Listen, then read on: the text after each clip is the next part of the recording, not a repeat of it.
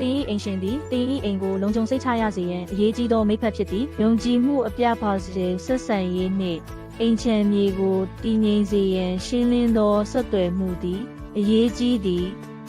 တင်းဤအိမ်ရှင်နှင့်စကားပြောရာတွင်ဤအကြောင်းအရာများကိုဦးစားပေးပါ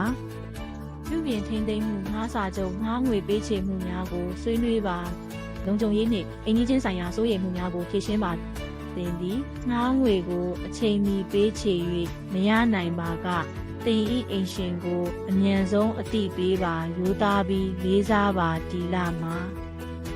ငှားငွေကိုအချိန်မီမပေးနိုင်ပါသတ်မှတ်ထားသောရက်နေ့တွင်သတ်မှတ်ထားသောငွေပမာဏကိုပေးချေပါမည်ပြုပြင်ရန်တောင်းဆိုရာတွင်ရိုးသားပြီးလေးစားပါဥပမာအားဖြင့်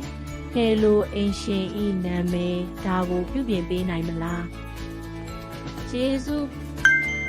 professional ဆက်သွယ်မှုအတွက်အကြံပြုချက်များရှိသည်ရိုးရိုးရှင်းရှင်းသောဘာသာစကားကိုမသုံးပါနှင့်ဥပမာအားဖြင့်ပြောပါကောင်းမွန်သောဆက်သွယ်မှုသည်ယုံကြည်မှုကိုတည်ဆောက်သည်အငှားနှင့်အိမ်ရှင်ဆက်ဆံရေးကပြဿနာများကိုအမြန်ဖြေရှင်းနိုင်သည်